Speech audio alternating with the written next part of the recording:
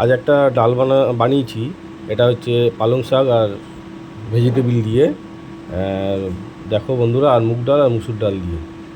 এখানে মুগ ডাল একটু হালকা ভিজিয়ে রেখেছিলাম, আর সঙ্গে মুসুর ডাল আছে। তো একবারে ডালের সাথে সবজি, দেখো এখানে সবজি কাটা আছে।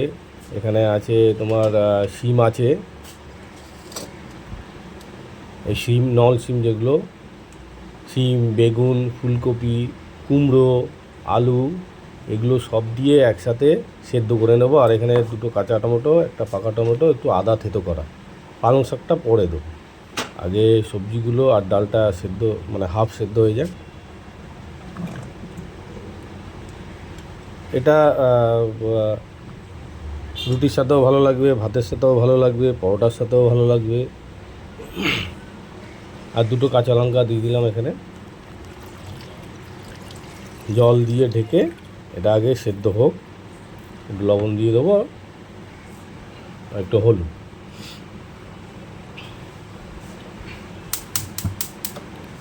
আমরা তো এমনি ডাল খাই, তো সব রকম সবজি দিয়েও, শাক দিয়েও, বা ডালটা এরকম ডাল করলে ভালোই লাগে খেতে। তো মোটামুটি সেদ্ধ হয়ে এসছে, বা পালং শাকগুলো দিয়ে দেবো। আর পালং শাকটা সেদ্ধ হয়ে গেলে, ডালটাও পুরো সেদ্ধ হয়ে গেলে, সবজিগুলোকে একটু স্ম্যাশ করে দেবো। দেখো সেদ্ধ হয়ে এসছে সব কিছু।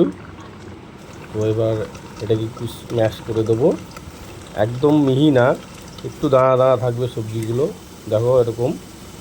এবার এটাকে নামিয়ে সম্বার দেবো। তো সম্বারে শুকনো লঙ্কা, তেজপাতা, আর হচ্ছে পাঁচফোড়নের পরিমাণটা একটু বেশি দেবো,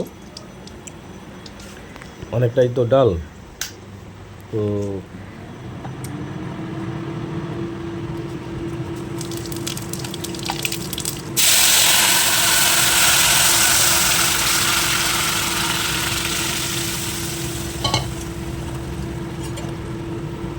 এবার কিছুক্ষণ ঢেকে একটু সেদ্ধ করলেই হয়ে যাবে। দেখো আমাদের রান্না শেষ, ডাল রান্না শেষ, ভেজিটেবিল ডাল, মুগ মুসুর ডাল।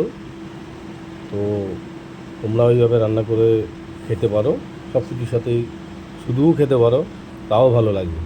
গার্নিশের জন্য একটু ক্রিম দিয়ে দিলাম উপর থেকে। তো আশা করি ভিডিওটা তোমাদের ভালো লাগবে, আর ভালো লাগলে সাবস্ক্রাইব এবং লাইক করো।